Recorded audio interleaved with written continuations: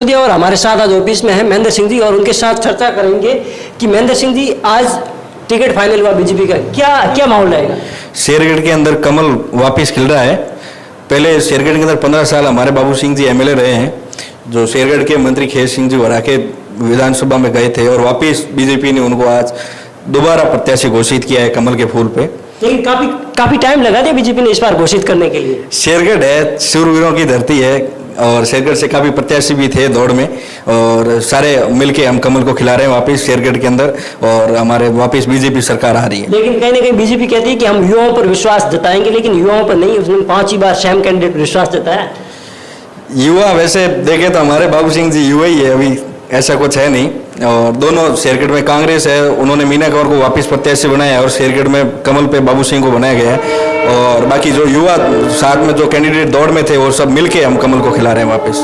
लेकिन ऐसी क्या मेन वजह रहेगी जो आप कमल खिलाने की बात कर रहे हैं? वो बीजेपी में कांग्रेस वाले बता रहे हैं कि हम कुछ गारंटियां दे रहे हैं, जैसे किसानों को फ्री बिजली दे रहे हैं, चिरंजीवी योजना दे रहे हैं। ऐसी क्या मुख्य वजह रहेगी जिस वजह से आप बीजेपी को वोट करने जा रहे हैं? कांग्रेस की खुद की गारंटी नहीं है सरकार में वापस दोबारा आने की, ये सब झूठे वादे हैं, ऐसा कुछ नहीं है। बाकी बिजली वाला आया तो बस अभी लोगों के बिल होल्ड हो रखे हैं, बस जैसे इलेक्शन खत्म होंगे दोबारा बिल आएंगे, बढ़ के आएंगे। ऐसा कुछ भी नहीं है कि भाई लोगों के बिल कम हो रहे हैं, सब ये सब बनी बनाई बातें हैं। बाकी जो पहले था वो वैसा का वैसा है। कांग्रेस के अंदर जितना अत्याचार हुआ है, महिलाओं पे जितना अत्याचार हुआ है, शोषण हुआ है और जितनी सबसे ज्यादा बेरोजगारी युवाओं के अंदर हुई है, युवाओं में फुल आक्रोश है और कांग्रेस को हरा रही है और वापस दोबारा हम कमल खिला रहे हैं। कहने का मतलब कांग्रेस जो गारंटियां दे रही है सिर्फ चुनावी जुमला है? ये सब चुनावी जुमला है, पहले भी दी थी कांग्रेस ने बोला था कि भाई हम 10 दिन के अंदर किसानों का संपूर्ण कर्जा माफ करने की जो बात हुई थी और वापस उसी बात को दोबारा दोहरा रहे हैं। ऐसा कुछ भी नहीं है, किसानों का कर्जा उसके चक्कर में बहुत ज्यादा बढ़ गया है, किसानों की केसीसी माफ नहीं होने से किसान आत्महत्याएं कर रहे हैं दिनों दिन।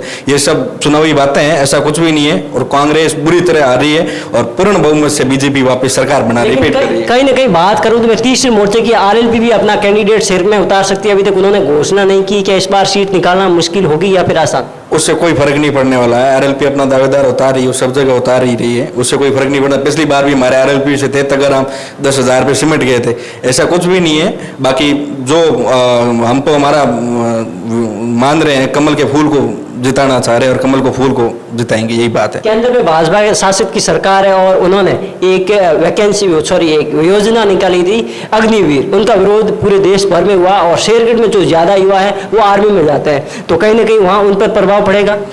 इन पे कोई जो अग्निवीर योजना जो हमारे केंद्र सरकार नरेंद्र जी मोदी जी ने जो ये जिस प्रकार की राजनाथ सिंह जो हमारे अध्यक्ष है, उन्होंने जो ये योजना निकाली है युवाओं के भले के लिए निकाली है, देश के भविष्य जो ये बेहतर के लिए निकाली है। इसी तरह की योजना चल रही है इजराइल के अंदर, जो इजराइल के अंदर योजना चली उसी के तहत जो घर बैठे लोग हैं वो वापस आज राष्ट्र को सेवा दे रहे हैं। तो ये हमारे लिए बहुत सुख भरी खबर है कि जो इस तरह योजना हमारे केंद्र सरकार से मोदी जी निकालते हैं और युवा ट्रेंड होके आएंगे और कभी भी देश को जरूरत पड़ेगी अग्निवीर बन के हम वापस राष्ट्र को सेवा दे पाएंगे। कहने का मतलब जो आर्मी है वो रिजर्व में रखी जाएगी, अगर देश को कहीं भी जरूरत पड़ेगी उन फौजियों को तो देश के लड़ने के लिए वो हमेशा तत्पर रहेंगे। बिल्कुल बिल्कुल यही बात है। ऐसा कुछ मैसेज जो कार्यकर्ताओं को देना चाहेंगे? कार्यकर्ताओं को यही निवेदन है, शेरगढ़ के अंदर कमल खिलाएं, सब जगह कमल की जीत हो रही है और बाबू सिंह जी को भारी मतों से विजय बनाए, हमारे भाजपा की सरकार बनाए और कमल को अपना नेतृत्व मान के कमल को जिताएं।